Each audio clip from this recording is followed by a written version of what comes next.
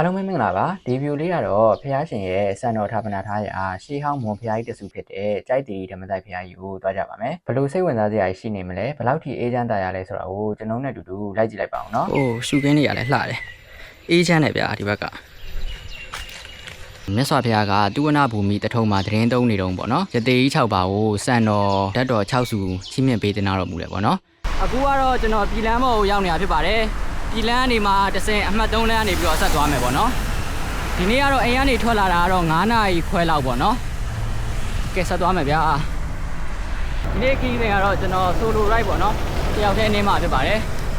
ကျွန်တော်လှဲကူးရောက်မှမနေ့စာစားမယ်ဗျာအခုကတော့အမှတ်3လမ်းမပေါ်ကိုရောက်နေပါပြီဒါကတော့အမှတ်3လမ်းမကြီးဖြစ်ပါတယ်ညမိုးရွာထားရထင်တယ်အေးနာပဲဒီဘက်လေးကြီးဒီလိုတယောက်တည်းခီးဝေးသွားတာနည်းနည်းတော့ပြင်းစရာကောင်းတယ်ဒါပေမဲ့ဒီလိုတယောက်တည်းသွားတာကြတော့ကိုယ့်ကိုယ်ချဲလန့်ဖြစ်တယ်ပေါ့နော်ပြင်းစရာကောင်းတယ်ဆိုရင်လည်းနည်းနည်းလွတ်လပ်တယ်ပေါ့နော်ကိုရဲချင်တဲ့ချိန်ရက်ကိုသွားချင်တဲ့ချိန်သွားကျွန်တော်တို့ရှေ့ဆိုရင်0မိုင်ကိုရောက်ပြီပေါ့နော်လှည့်ကူးကြမှာကျွန်တော်မနက်စာစားနားမယ်ဗျာ0မိုင်ကနေပြီးတော့လှည့်ကူးထိဆက်နေမှာဗျာကျွန်တော်တို့နဲ့တူတူဆက်ပြီးတော့လိုက်ကြည့်လိုက်ပါအောင်နော်ဒီလမ်းကြီးကတော့ရန်ကုန်ပဲခူးလမ်းမကြီးပေါ့နော်ဒီတက်တက်မှာလှဲကူးပေါ့နော်ဟိုဘက်ချမ်းမှာကြတော့ဟိုဘက်မှာကြတော့ကျွန်တော်တို့အမြန်လမ်းပေါ့နော်မန္တလေးတို့ဘာလို့သွားတဲ့အမြန်လမ်းဒါကတော့ရန်ကုန်ပဲခူးလမ်းမကြီးဘယ်လိုမျိုးစိတ်ဝင်စားစရာနေရာလေးရှိနေမလဲဆိုတာကိုကျွန်တော်တို့နဲ့အတူတူဆက်ပြီးတော့လိုက်ကြည့်လိုက်ပါအောင်နော်လှဲကူးမျိုးဆိုင်းဘုတ်ကိုတော့ရောက်ပါပြီကျွန်တော်နည်းနည်းလေးဆက်နေပြီးတော့မျိုးရဲနားလေးလောက်ရောက်ရင်မနှက်စာစားဖို့စိုင်းရှာမယ်ဗျာဘိုက်တွေလည်းနည်းနည်းစားနေပြီဒီနေ့မိုးရွာအောင်လားမသိဘူးအခုကတော့ဒါလှဲကူးမျိုးတဲ့လမ်းပေါ့နော်မနှက်စာစားဖို့အတွက်စိုင်းစားအောင်မယ်ဘယ်စိုင်းထားရင်ကောင်းမလဲမသိဘူး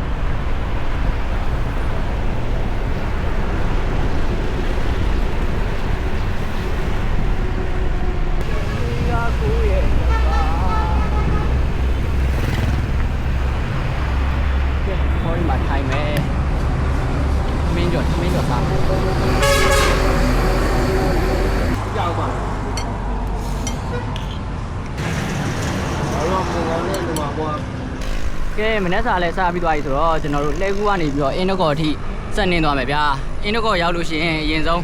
ကြိုက်တီဒီဓမ္မတိုက်ဖရာကြီးကိုအရင်ဆုံးသွားမယ်ပေါ့နော်ကျွန်တော်နဲ့အတူတူဘယ်လိုမျိုးစိတ်ဝင်စားစရာနေရာလေးရှိနေမလဲဆိုတာကိုဆက်ပြီးတော့လိုက်ကြည့်လိုက်ပါအောင်နော်နေကတော့အရင်မပူသေးဘူးမိုးလေးအောင်လေးနဲ့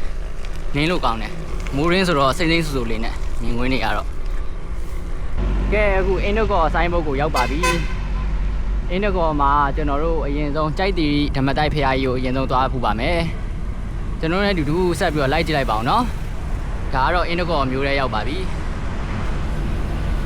ရှေ့မှာဓမ္မတိုက်ဖရာကြီးတို့ဆိုပြီးတော့ဆိုင်းဘုတ်လေးပေါ့နော်ကျွန်တော်တို့ဒီလမ်းထဲကနေပြီးတော့ဆက်ပြီးတော့ဝင်သွားမှာဖြစ်ပါတယ်ဒီမှာပေါ့နော်စံတော်ရှင်ကြိုက်တီဓမ္မတိုက်စေတီတော်တဲ့ခုနမဟုတ်ဘူးအဝလမ်းလေးကနေပြီးတော့ဆက်ဝင်လာတာပေါ့နော်ဒါဒီကနေပြီးတော့ဆက်သွားမယ်ဗျာဒီဘက်မှာတော့ရွာလမ်းလေးဒီဘက်မှာလယ်ကွင်းနေနဲ့စိမ့်စိမ့်ဆူဆူလေးနဲ့ငှက်တန်လေးတွေနဲ့အေးချမ်းတယ်ဗျာဒီဘက်ကဖျားကြီးအရန်တက်ပဲတယ်ဗျာညံတော့အမြင့်ကြီးပဲဒီမှာကျွန်တော်တို့ရှေ့ဆိုရင်ရောက်ပြီပေါ့နော်ဝင်ချင်းမြင်ရမှာတော့ဒီမှာစင်ရုပ်ထူကြီးနှစ်ရုပ်ပေါ့နော်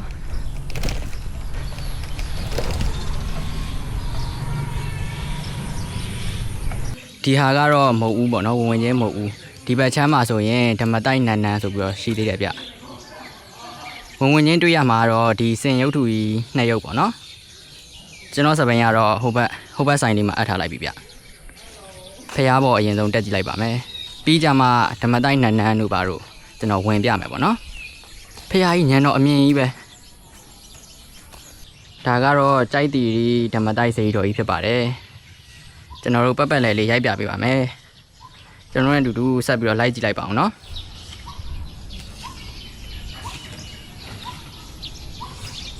အရန်ตายရတယ်နေလေးတော့နည်းနည်းထွက်နေပြီဒါပေမဲ့အရန်မပူသေးဘူးဒီဘက်မှာလည်းပဲစိုင်တန်းတွေရှိရဗျအော်ဟိုးမှာငကယုံဖျားကြီးကျွန်တော်ပတ်လေးရိုက်ပြပေးပါမယ်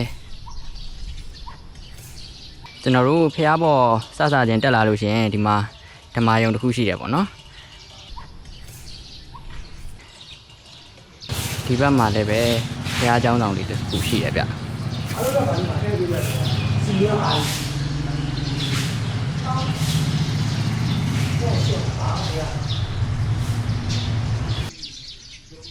ဒီဖះဒီအပေါ်လဲတက်လို့ရလားမသိဘူးဗျဟိုမှာတော့လှေကားလေးတစ်ခုရှိတယ်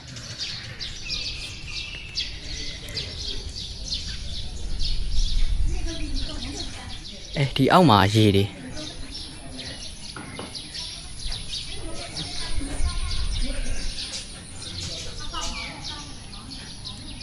တက်လို့ရတယ်ဗျ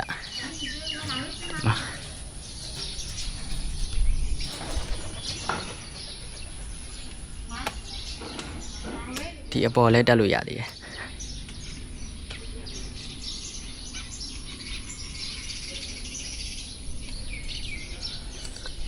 ကျွန်တော်ပတ်လေးရိုက်ပြပေးသွားပါမယ်ကျွန်တော်နဲ့အတူတူ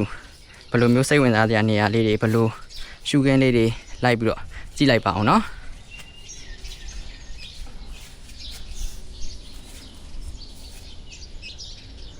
အရန်တော့အေးချမ်းတယ်ဗျ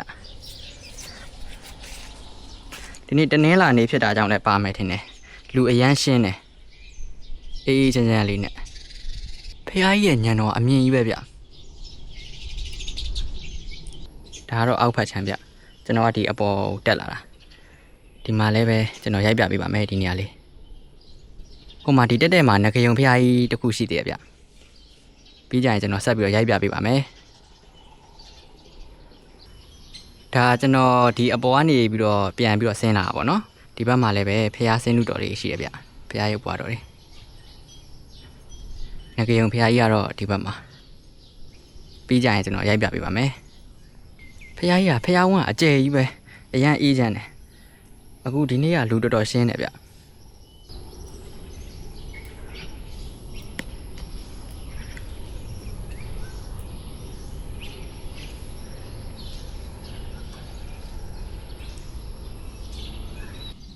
ကတော့ကြောက်စာပေါ့နော်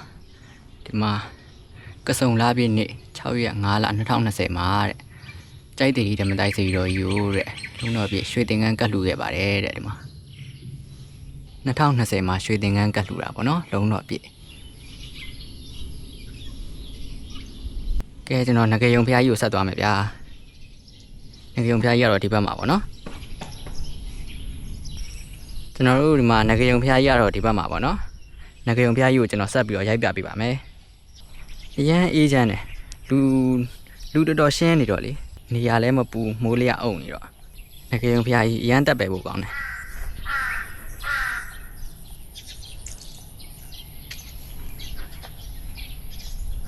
တန်နီဒုက္ခငကယုံမြတ်စွာဘုရားပရဝဏ်အတွင်းနဲ့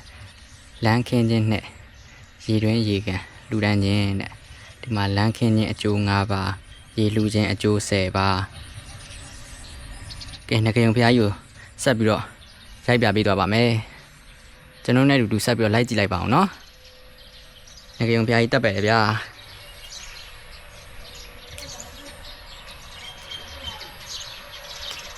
ငကယုံဖះကြီးပေါ်ကိုရောက်ပါပြီကျွန်တော်ရိုက်ပြပေးပါမယ်ပတ်လေးဒီထဲမှာရေတွေဗျရေတွေပါဖြည့်ထားတာ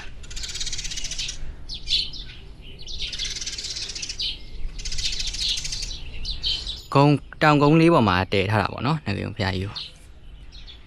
ဒီဘက်ချမ်းမှာတော့လယ်ကွင်းတွေဒီအနောက်မှာတော့ကြိုက်တီဓမ္မတိုက်စေတီတော်ကြီးပေါ့နော်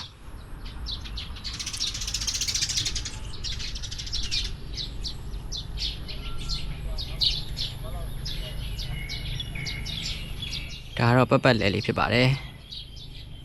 ဒီဘက်ချမ်းမှာကတော့လယ်ကွင်းတွေပေါ့နော်အရန်လှတဲ့ရှူခင်းနေရတယ်စိမ့်စိမ့်ဆူဆူလေးနဲ့မိုးရင်းဆိုတော့ဒါကတော့ငကယုံဖះကြီးဖြစ်ပါတယ်ဖះပေါ်မှာငှက်လေးတွေအဲတာယာလို့ပေါ့နော်အရန်တာယာလို့ကဲကျွန်တော်တို့ဖះကြီးကိုပြန်ပြီးတော့သွားပါမယ်ဖ ဖះကြီးကိုဆက်ပြီးတော့ကျွန်တော်ပက်ပက်လဲလေးဆက်ပြီးတော့ရိုက်ပြပေးပါမယ်ကျွန်တော်နဲ့အတူတူဆက်ပြီးတော့လိုက်ကြည့်လိုက်ပါအောင်နော်ဒါတော့ငကယုံဖះကြီးဘောကနေပြီးတော့ထွက်လာပြီးတော့ဖះကြီးဘက်ကိုပြန်ပြီးရောက်နေပါပြီဟိုဘက်မှာငွေရားကန်နဲ့ငွေရားကန်တို့တဲ့ဒီနေရာလေးကလည်းအရန်မှအသားရတယ်တစ်ပင်ကြီးနဲ့ဒီဘက်မှာလည်းဖះတဆူရှိသေးရဗျဒီမှာလည်းပဲဖះတဆူရှိပါတယ်ဟိုအနောက်မှာတော့ခုနကကျွန်တော်တို့ရိုက်ပြခဲ့တဲ့ငကယုံဖះပေါ့နော်ဒီဘက်မှာငွေရားကန်တို့ဆိုတာကိုကျွန်တော်ဆက်ပြီးတော့တွားကြည့်ပါမယ်အရန်လှတယ်ရှုခင်းနေရလဲဓမ္မပါဠသာသနာကျောင်းတဲ့ငွေရားကန်ဘယ်ဘက်မှာလဲမသိဘူးဒီအောက်မှာလားမသိဘူးဟုတ်လားဒီဘက်လေးဆက်သွားကြည့်မယ်ဒီဘက်မှာလဲညောင်ပဲဘောဒီညောင်ပဲအဲ့ဆိုအောက်မှာထင်နေငွေရားကန်အော်မဟုတ်ဘူးဟိုမှာဟိုဟာလားမသိဘူးဟုတ်တယ်ဟိုလမ်းလေးကနေပြီးတော့ဝင်ရမှာကျွန်တော်ငွေရားကန်ကိုအရင်သွားကြည့်လိုက်ပါမယ်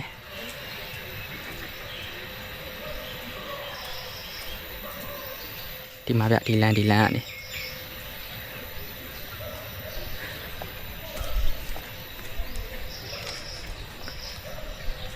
အိုးရှုခင်းနေရလဲလှတယ်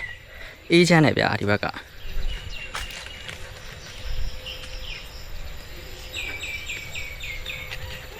တယောက်တည်းခရီးသွားတာလဲချဲလန့်တော့ဖြစ်တယ်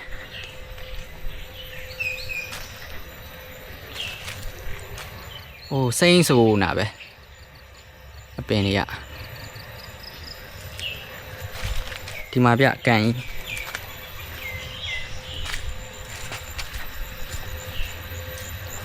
စိမ့်ဆိုးလေးနဲ့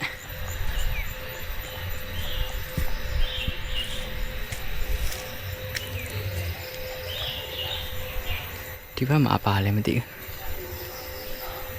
ဒီမှာကြာပန်းနေတယ်ကံမှာတော့ရေနေတော့နည်းတယ်တိတ်မရှိဘူးဒီမှာ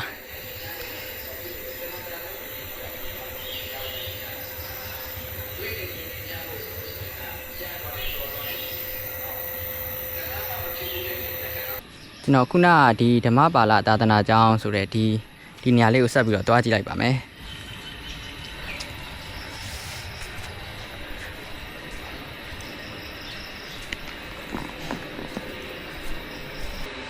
ဓမ္မတိုက်စံတော်တွင်နှုတ်မစွန့်ရတဲ့ဒါတော့ပတ်ပတ်လေးဖြစ်ပါတယ်ကျွန်တော်ဆက်ပြီးတော့ရိုက်ပြပေးပါမယ်ဘယ်လိုစိတ်ဝင်စားစရာအကြောင်းအရာရှိနေမလဲဆိုတော့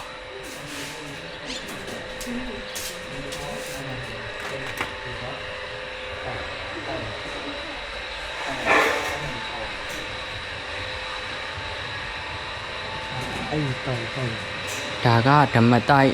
စံတော်တွင်ဒီမှာဟိုမှာတော့ဤနေရာဒီတဲ့ရှေးဟောင်းတမိုင်းဝင်စံတော်တွင်ဖြစ်တော့ကြောင်းနဲ့ငါးလွတ်ခြင်းမပြုရလိတ်လွတ်ခြင်းမပြုရပန်းကျဲခြင်းမပြုရတဲ့နွားတို့လည်းမစွန့်လို့မရဘူးပေါ့နော်နွားတို့တွေလည်းရေကတော့နည်းနည်းနှုတ်ပုံစံအယောင်ဖြစ်နေပေါ့နော်ဒါဒီဘက်ဒီမှာလည်းရှိသေးတယ်ဗျဒီဘက်ဒီမှာလည်းရှိသေးတယ်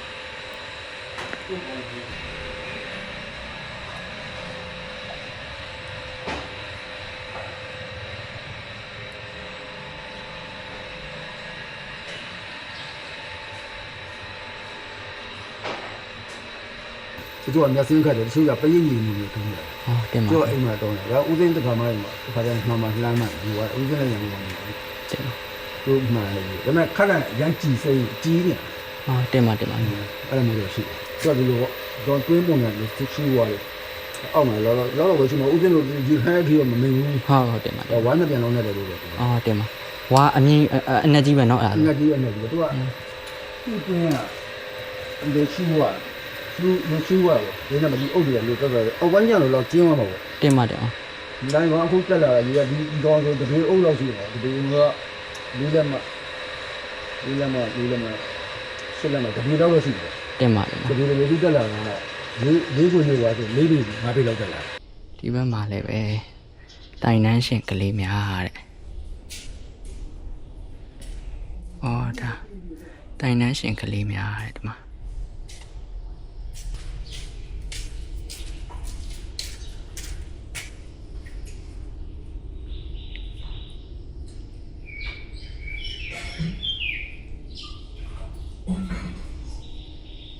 အခုကတော့ဖះကြီးရင်မြင်တော်ပေါ်ကိုပြန်ပြီးတော့ရောက်လာပါပြီကျွန်တော်ဒီဘက်တွေကမရောက်သေးဘူးပေါ့နော်ဒီလိုပတ်ပတ်လှည့်လေးဆက်ပြီးတော့ရိုက်ပြပေးသွားပါမယ်ဒါကားနဲ့လာမယ်ဆိုရင်လည်းလာလို့ရတဲ့လမ်းပေါ့နော်ဒါအင်းတို့ကောကနေပြီးတော့ဆက်ပြီးတော့ဝင်ရမှာကားလမ်းတော့လည်းလမ်းကောင်းနေဗျဒါကတော့ကြိုက်တီဓမ္မတိုက်စေရီတော်မြတ်ကြီးရဲ့ဂမီးမော်ကွန်ကြောက်စာပေါ့နော်ဒီထဲမှာအသေးစိတ်ပါတယ်ဗျအချင်းချုပ်အနေနဲ့ကြတော့မြတ်စွာဘုရားကသူဝနာဘူမိတထုံမှာသတင်းသုံးနေတုံးပေါ့နော်ရသေးကြီး6ပါးကိုစံတော်ဓာတ်တော်6စုချီးမြှင့်ပေးတင်တော်မူတယ်ပေါ့နော်အဲ့ဒီရသေးကြီးတွေကကိုယ့်ရဲ့နေရက်ကိုပြန်ပြီးတော့အခုလိုပဲခူးတိုင်းအင်းတို့ကောမှာပေါ့နော်ဒီကြိုက်တီဓမ္မတိုက်စေရီတော်မြတ်ကြီးကိုတဆူအပါဝင်ပေါ့နော်ကြောက်စာမှာတည်ထားတာပေါ့နော်ဒီလိုတည်ထားရင်လည်းဒီရှေးအောင်နှစ်ပေါင်း2000ကျော်ရတည်ရှိခဲ့တဲ့စံတော်များဒီစံတော်စစ်တွေပေါ့နော်စံတော်စစ်များကိန်းဝတ်တည်ရှိရကြိုက်တီဓမ္မတိုက်စေရီတော်ကြီးရတဲ့မြေငလျင်တန်တဘာဝဘေးတံပေါ့နော်ရာသီဥတုမျိုးတောင်ပျက်စီးခဲ့တယ်တဲ့ဒီလိုပျက်စီးပြီးတော့အလုံးစုံပြည့်စုံအောင်ပေါ့နော်ဆက်ပြီးတော့မတည်ထားနိုင်ဘူးပေါ့နော်အလုံးစုံပြည့်စုံအောင်တည်ထားနိုင်တာကြတော့2008မေလ19ရက်နေ့မှာအနေကစားတင်အလုံးစုံစီကားတိုက်မဲ့ဆိုအကျင်းပခဲ့တယ်တဲ့ဒီကြိုက်တီဓမ္မတိုက်စေရီတော်မြတ်ကြီးရဲ့ညံတော်အမြင့်က315ပေတောင်ရှိတယ်ဗျကျွန်တော်ဖတ်ကြည့်ရသလောက်ပေါ့နော်ဒါတော့ဒီထဲမှာတော့အသေးစိတ်ပါတယ်ဗျကျွန်တော်ကနည်းနည်းအချင်းချုပ်လေးပြန်ပြီးပြောပြထားတာပေါ့နော်ကဲကျွန်တော်ဖះကိုဆက်ပြီးတော့ပတ်ကြည့်လိုက်ပါမယ်ဒါရှေးဟောင်းမွန်ဖះကြီးပေါ့နော်ရှေးဟောင်းမွန်ဖះကြီးဖះဝင်းကအကျယ်တော့အကျယ်ကြီးပဲဗျဒီဘက်မှာတော့ဘော်ဒီညောင်မယ်ပေါ့နော်ဟိုမှာဂုံးပေါ်မှာလည်းဖះဈေးတဆူရှိသေးတယ်ဗျ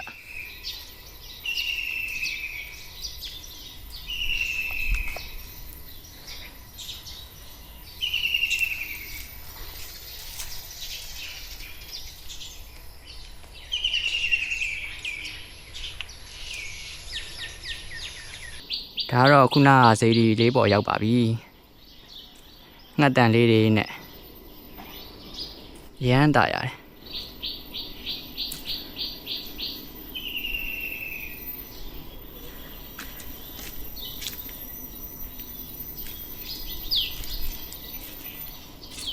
စိမ့်ဆူဆူလေးနဲ့အေးချမ်းတယ်ဗျာဒီဘက်က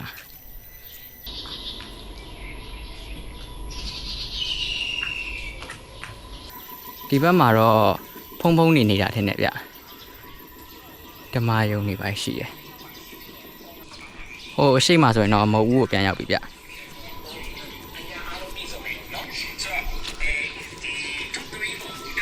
ဒီဖះကြီးကဖះဝင်းကအကျယ်ကြီးပဲဗျကျွန်တော်လည်းပတ်တာတော့နေရာတော့တော်တော်စုံနေဗျကျွန်တော်ဝင်လာတော့ကမဝင်လိုက်ရတဲ့ဒီဓမ္မတိုက်နန်းဆိုတာကိုဝင်ကြည့်လိုက်ပါဦးမယ်ထိထန်ရှင်မဲတော့စောမွန်လှတဲ့ဒါတော့မဲတော့စောမွန်လှဖြစ်ပါတယ်စောမွန်လှနန်းပေါ့နော်ဒီအထဲလေးကိုဆက်ပြီးတော့ရိုက်ပြပေးပါမယ်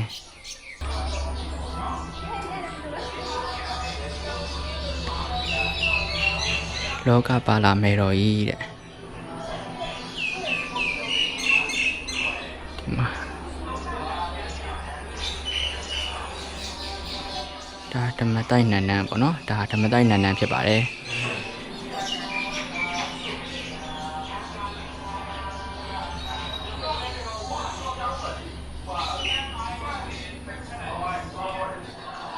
အမတော်မြာနန်းတွေအမတော်မြာနန်းတော်ဝင်တဲ့ဒီဘက်မှာတော့ငွေရားကန်တကားမယ်တော့တဲ့ခုနကကျွန်တော်တို့သွားတဲ့ငွေရားကန်ပေါ့နော်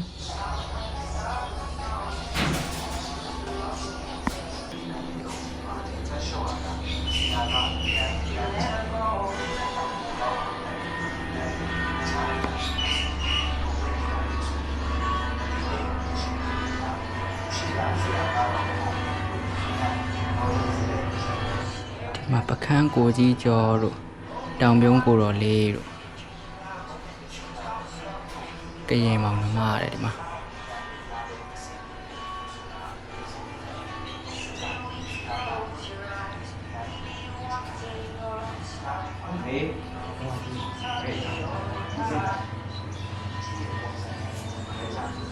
ဒီဘက်မှာလည်းဆိုင်းဝိုင်းလည်းရှိတယ်ထင်တယ်ဗျကျွန်တော်တို့အခုကတော့ဓမ္မတိုက် ကြိုက်တီဓမ္မတိုက်ဖရာကြီးကနေပြီးတော့ပြန်ပြီးတော့ထွက်လာပါပြီ ဒီဗီဒီယိုလေးကတော့အင်းဒုတ်ကောင်မှာရှိတဲ့ရှေးဟောင်းကြိုက်တီဓမ္မတိုက်ဖျားကြီးကိုတွားရောက်ခဲ့တဲ့ဗီဒီယိုလေးပဲဖြစ်ပါတယ်ဒီဗီဒီယိုလေးကတော့ဒီလောက်ပါပဲအဆုံးထိကြည့်ရှုပေးတဲ့အတွက်အားလုံးပဲကျေးဇူးတင်ပါတယ်